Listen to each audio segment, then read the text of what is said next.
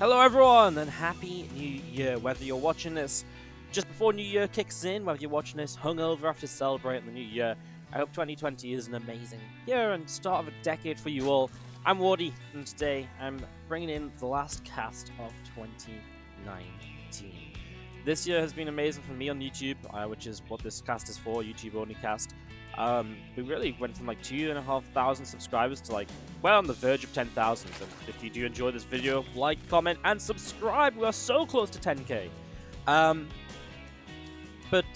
Yeah, it's kind of crazy to think about, but we've just had a crazy year on YouTube. It's the first year I've really taken YouTube like seriously as an option in terms of like putting out content. And I really went from just sort of using YouTube as a way to upload. I uploaded like 3 times a day. I would just like spam uploads, and it made my life miserable because it wasn't fun to do either. But I was just like, oh yeah, I just need to put all the VODs on YouTube and people can check them out if they want to. Like, you know, that way everyone can get access to the VODs. We completely scrapped that idea with the surge that we got from the PvZ qualified VODs and went into this kind of one-a-day system where we upload the best from the stream and we do a lot more YouTube-focused only casts. And honestly, not only has it worked very well, and not only has the YouTube really prospered from it, but I feel like my casting has really benefited from being able to do some of these YouTube-only casts as well. So thank you everybody who's been supporting here on YouTube over the last year, and I appreciate you guys, and let's have an amazing 2020 together as well. We've got so much StarCraft lined up for you all in 2020. It's going to be really great from the get-go. There's so many amazing tournaments. I'm not going to talk about that now because this game is obviously underway. In the bottom left, and you guys might even be wondering actually who's in the top right. He doesn't even have his name on the screen. sOs is the blue Protoss in the top right of Zen, up against soO in the bottom left, our red Zerg, who is no longer on Chivo Esports as of an announcement yesterday.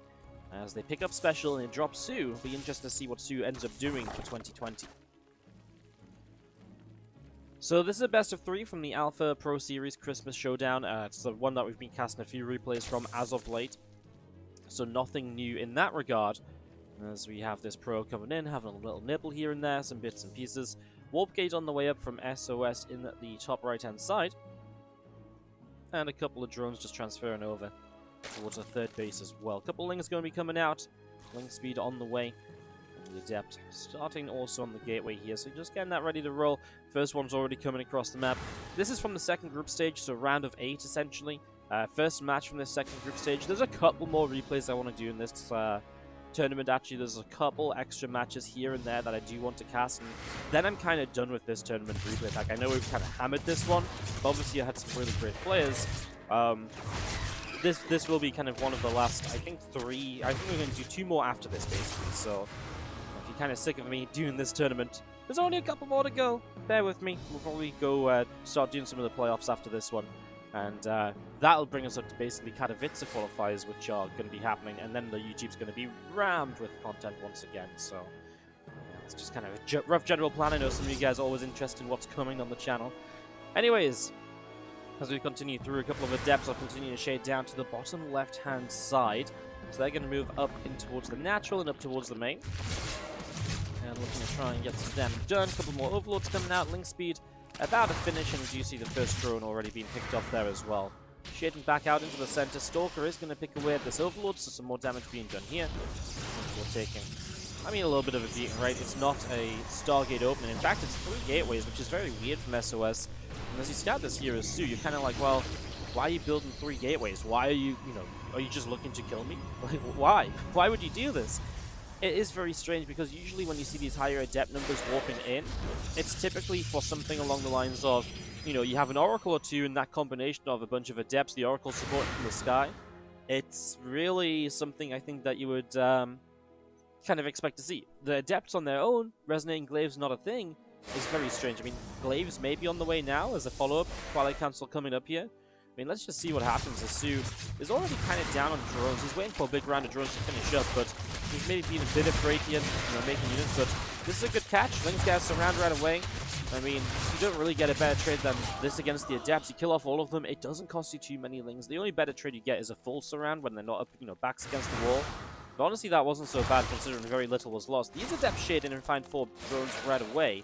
The Lings just on their way over here, but they're just a little late to get there, so now they're going to try and chase after the Shades, and they're going to... Okay, the Adepts are going to not Shade, and they're going to recall. It's a nice way to get those units out of there, because if they... I was going to say, you can't really not cancel the Shade, or you can and just go for a couple extra drones, but those Adepts don't get out. Obviously, the recall changes that up, as we are going to see Resonating Glaives, so that's our plan here from SOS. By the way, this is such a weak wall. I mean, at some point, I can just envision Banelings rolling into that and absolutely destroying it, so keep my eyes out for that happening. You see Lings continue to surround. A couple of these Adepts will continue to drop, and this probe going to go down now as well, as that gets nibbled to death. Probe will fall. Over on the left-hand side, these Adepts pressing forwards too. Queen coming in and continue to push out some damage. The Lings get a little bit of a surround there. Just going to see our Queens continue to poke and prod and transfuse to Queen nice and healthy. This time the Adepts do manage to shade out alive, so obviously we're getting to that stage now where it's Resonating Glaives finishing, and so it's that stage where finding these Adepts are useful, but the reason you usually go Glaives before you actually attack with the Adepts, there's lost 9 Adepts that could have been in a fight had he not been fighting already. Now, resources lost is actually not even that good for SOS, so overall, I'm struggling to understand this. Counterattack here is probably going to cancel the third base again. +1 melee, not ready yet, but it's ready soon. If you have some Banelings morphing in, they're not ready for this fight immediately as the Adepts get up into the main. And you kind of do need the Banes to help against this number of Adepts. Now they have Glaives. So a few more drones going down. Again, pretty good progress across the map, at least picking off that Nexus and denying that once again. Really just need these Banelings to come in and connect, and that's exactly what they're going to do. And that is going to be the Adepts now cleaned up. Only 2 of them surviving down to the low ground. Man, it really feels like sOo struggled to clean that up initially. He just needed those Banelings a few seconds earlier. And that will have cost him a little bit. Plus the fact he lost the drones and he goes down in worker count again. If you have a look at the income in this game, you can see that SOS has been dominating it all the way through. So SOS continuing to mine very comfortably here, as we do see a couple of Immortals on the way up. We've seen the 3 extra Banelings +2 melee dropping down in the Evo chamber. Hatchery dropping down on the 4th base as well. The Ling Bane army going to press through. A couple of Banes is going to be coming in and, well, trying to just break down the shield battery a little bit, but too much of a kind of choke point. I'm a little bit afraid for sOo when this timing comes up, right? I mean, SOS is forced on 2 bases for so long. He's just going to go with like Immortal, Sentries, and Adepts. He has a lot of Sentries already ready. And I'm not sure this army's going to be able to make it work. The force fields will be forced out here. This is nice. The faster you force those force fields, the less there's going to be to use across the map. So that's great. But yeah, 3 more Sentries. There is no way this isn't going across the map here from SOS. So he's about to attack. And sOo, you know, he's up to 62 workers now, going into a roach roar. And I mean, a little bit of a backline to this Ling Bane kind of front line is really nice as well. So needs to kind of get working on that. The Zergling's going to run by a couple of probes. Already dropping down, so there goes 2, 3 workers just getting picked off just like that. This Adept going to drop down as well. And the rest of this army still now in the center, but I don't see what sOo does to really deny this. I mean, it's a pretty late attack because it's been a weird game throughout, right? From the 3 gates of aggression initially and onwards.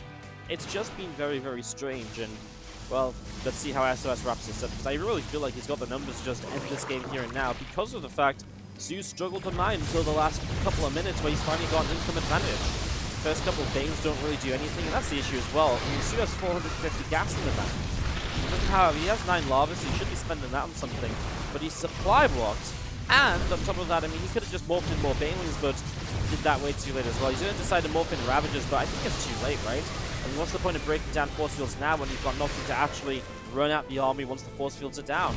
So as SOS continues to push on in, sOo looks to be in a lot of trouble. These couple of Queens try and transfuse each other up. Explosive Bows dropping, pushing the Sentries back. The Adepts chased away, and it looks as though this is probably going to be about all she wrote for sOo. As we see more Adepts just, I mean, all over the place now. They're really ransacking their space, and these poor drones. The Adepts get here before the drones do. The drones are trying to run away. The Adepts are like, surprise, I'm already here. Just can't get away, and, well, as these last few Ravagers go down especially, there's no protection for them. It's not looking pretty. The Adepts shade back up into the main. It's happening again. The Adepts are here before the drones. Oh, I mean, it's truly just a disaster. You see the 3rd base is about to fall down. Roaches keep on dropping. Ravager will go down as well. And like I was saying, this is pretty much going to be... And it's going to be our Kronos player, SOS, taking game number 1 of what is the best of 3 series here. So SOS takes the first game. and is one map away from being the final victory of 2019 here on the channel. Will it be SOS or will soO fight back? We'll see you guys after this quick little 2-second clip of me jumping from game 1 to game number 2, and we start on up in the top left-hand side of the map, our blue Protoss player, sOS.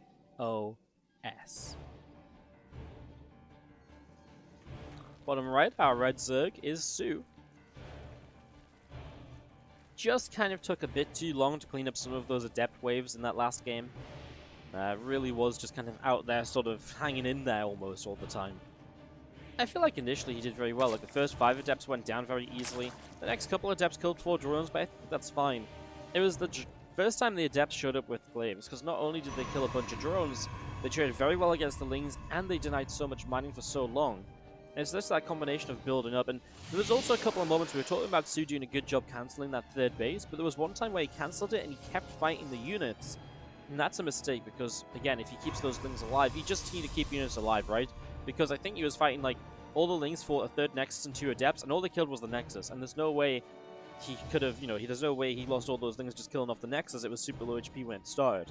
And it's just some of the retention of units wasn't quite there from soO. And SOS obviously had some much more successful shades after the initial little bit, as we see probes continue to pop on out.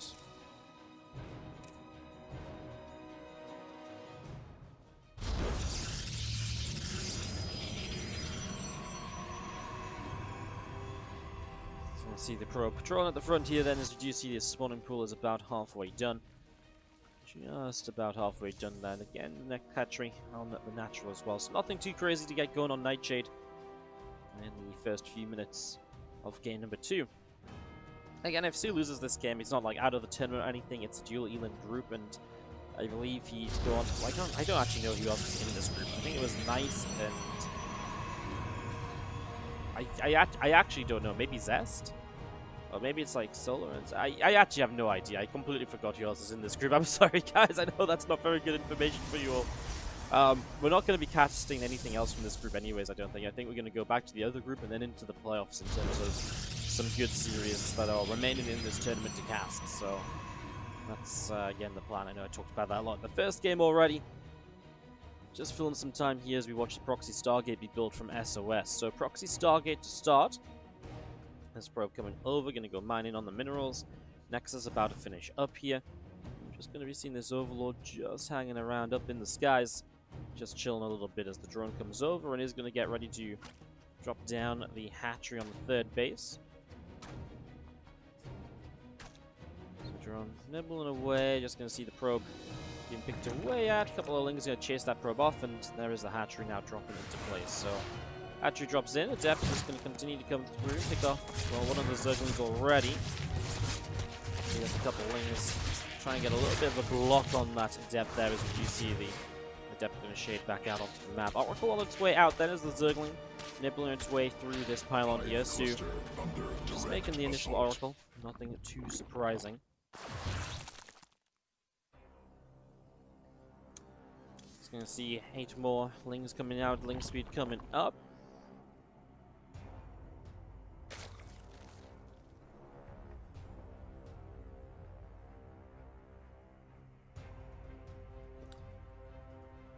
Again, our Oracle just number 2 on the way out. Our first one's going to arrive into the natural expansion then to have a little look to see what's going on. And there's the follow-up behind this. Twilight Council, so it's going to be 2 Oracles. I mean, the fact he found this as soO is really nice, right? Just knowing that this is out here. He denies this Oracle. That's really nice, because that obviously really changes what SOS was kind of able to do. And just come in for 3 drones while watching that pylon be denied and the Oracle cancelled. Now Twilight Council has a follow-up, so it's a good start from soO, right? You forced this to be only 1 Oracle. And because you've built, or started to build the second Oracle, you've kind of put the money into it. And while you get that money back, having that money invested into a second Oracle that then doesn't come out means it does, this tech is delayed, right? You're not able to just go 1 Oracle straight to your Twilight Council on the next 100 gas. You spend that on the Oracle, which then doesn't build. You get that money back, and that's why SOS now is just floating money, because his build hasn't made sense, in terms of the gas income, because he's meant to have 1 more Oracle having been finished. I wonder if that might affect him as well, because a couple of Oracles here again, like I was saying in the last game, you know, you see Adepts combined with a couple of Oracles, and it's absolutely something, I think, where just this Oracle goes down. It's absolutely something where them Oracles can be amazing support units if Lings come in to try and surround and fight. So I wouldn't have been too surprised to kind of see these Oracles maybe being part of the plan here from SOS. Well, it's SOS, so 4 more gateways are coming down. That's 7 in total, and it's just going to be a big old Glaives attack. Now we do see the Baneling Nest is finished here. So sOO, first difference, no upgrade this game. No Evo Chamber, no +1 melee. Baneling Nest done, and really should just be able to have Banelings up ready for this. However, he's about to be supply blocked. 73 over 74. It's a big supply block as well. Starts at lair now, the Overlord. Just has to make sure there is a decent number of Banelings up when these Adepts do come across the map, as Warp Prism will make its way down the left side. Warp's in the store going to start picking off the Overlord, but I feel like that's a bit too late maybe. I think there's probably a scout here from sOO, which realistically sees all of those gateways. I mean, he's going to see a couple of them. There's the one. How many does he get to see? He's going to see a couple more. So he knows it's at least 5 gateways before the 3rd Nexus, and I think that's already kind of the right idea in terms of, oh my god, you know, you're building up into quite an aggressive attack. So get across here. I don't mind him cancelling his Nexus, sure, it's, you know, free damage. But then make sure you have the units you need at home. And right now he doesn't have that though. 30 Lings on the way up, but no Banelings at home. And that's maybe going to be sOO's downfall here. As Nexus goes down, Pylon will follow. Then he needs to get home ASAP to help clean this up. As right now he's already having to pull drones away. He's doing that a bit preemptively here, which obviously will help as well. Warp Prism to the left-hand side, so Adepts are in the 3rd base as well. Now that drone count really is starting to drop on down. There's a couple of extra Zerglings being picked away at. And these drones going to continue to chase down the rest of these, these Adepts are chasing down the rest of these drones in the main. Back down in the natural, finding some Banelings up here, but the Adepts are splitting up well. Now the Banelings don't necessarily need to hit clumps of Adepts. Forcing them to split up does give you more surface area on the Zerglings. However, surface area doesn't really matter if you just don't have enough Zerglings anyways, so that's the issue for sOO. He's really struggling along here. There's finally some Roaches coming out, and that might be the real sturdy way to turn this around. I mean, Roaches have their own benefits and negatives against Adepts. The negative of the Roaches is that they're very immobile, so it's hard, well, you know, while they're much more sturdy in one location, the Adepts will outmaneuver them, whereas the Lings can kind of move around with the Adepts much more easily. So, as you see, SOS giving it up for the moment. He's dropped a Templar Archives back at home, and it looks as though his plan will be to just go in towards some Archons here and use that as his kind of big push to try and keep this up and to kind of, well, maybe end the game. Because damage done here has been good. Again, Income Graph dominated by SOS throughout the game, and resources lost not that much in sOO's favor. So, yeah, looking good. So we have the Adepts continue to move around. The Shades over towards the natural. I mean, this is just annoying because you got the Prism as well. It's just that extra layer of mobility where the next warp and you don't know if it's going to be on the main, the 3rd. You just can't predict that. It's now going to see even more drones going down in these Adepts. The biggest scary part of this is Roach speed comes up from sOO. Is if sOO can clean this up and then counterattack and you've lost all these Adepts, then the army of sOO becomes maybe a bit overwhelming because you're not killing much of the army in these fights, you're just killing drones. And so if you lose these Adepts and then sOO counterattacks, that is where things get very scary. However, with the Robo now starting, if you can get up to an Immortal, that's going to help you a lot defensively. So it's all about kind of using these Adepts for long enough to basically, if you lose them but you've got an Immortal or 2 already at home, it's probably okay, right? I mean, you've also killed 31 drones here, so you're putting sOO into a very all-in position, which we kind of know that this attack is going to be anyways. I mean, he started up 1 drone, but I feel like that might have just been him sort of saying like, and then realizing, oh no, he's going to start another. Is he really going to try and drone up out of this? I guess if he tries to drone up now and he goes across the map and does good damage with the Roaches, he'll be thankful for having droned up already. And by the way, I mentioned there's a Robo coming up for an Immortal. Of course, there's already a Robo down because of the Warp Prism, so you can actually already make the first Immortal. The second Robo is just that extra layer of, hey, let's get as many Immortals as possible, because all he's going to throw at me is going to be pure Roaches. And here's double supply of Roaches, morphing into Ravagers coming across the map here. Problem is, you're only trying to break 2 bases. You don't have to break a 3rd, so it's really tough because this natural is very well defended because it's just a walled-off Sim-City area. Shield batteries are up. SOS knows the precautions he has to take here to make sure he can survive. So far, those Roaches and Ravagers have to waste a lot of time just picking away at the wall-off. And already, I mean, Immortals are picking away at those Roaches. Only takes 3 shots to kill a Roach off, so especially now there's 3 Immortals here, Roaches are going to start getting 1 shot if they're not careful. Kills the Cybercore, which is a little bit of a frustrating loss. Limited what can be warped in, especially when you consider that Zealots don't have charge yet. I mean, you get charge as well, it's not a bad warbin, but no charge for now. The Roaches are having to take a dive. Lovely forceful from SOS. Last minute saves the day, though. Unfortunately, those sentries are a little bit stuck, but there wasn't the extra corrosive bar to kill them off. Now one of the Immortals will go down. A couple of bars, so will the Immortals off on the top side here. High energy sentry will drop. But man, another Immortal just pops out, and obviously there's another one in the main... actually, there's not a production in the main base, so hold my tongue there. But there's also Archons in the background, there's the Templar Archive, so there's just so many tech units here. And the problem is, slowly but surely, sO's numbers are running out, and he's doing this off of 11 drones. So he really just doesn't have the numbers to keep reinforcing. If he still has 30 workers, he might win the game with this attack because the reinforcements make a big difference. As it stands, it will not be anywhere near enough, and SOS will take the 2-0. And that, my friends, will be the last game we cast of 2019. Like I was saying at the start of the video, thank you so much for making this year amazing. I had a really rough year in my personal life. My mum was in hospital for 2 months, and she didn't come out the best in the best state and stuff, and all of that. And you guys really helped me power through it. You put up with me kind of not uploading for like a month at a time when I was having those personal issues and stuff like that as well. So thank you so much for what's been an amazing year. I'm really excited to see what we can do in 2020 together. I'm going to keep out, like I say, a little bit of a spoiler here for tournaments in 2020, but we've obviously got PvZ qualifiers coming up. I've just secured funding for a $7,000 tournament, plus additional prize money to hire casters and pay for graphics and stuff. So that's coming up at the end of January.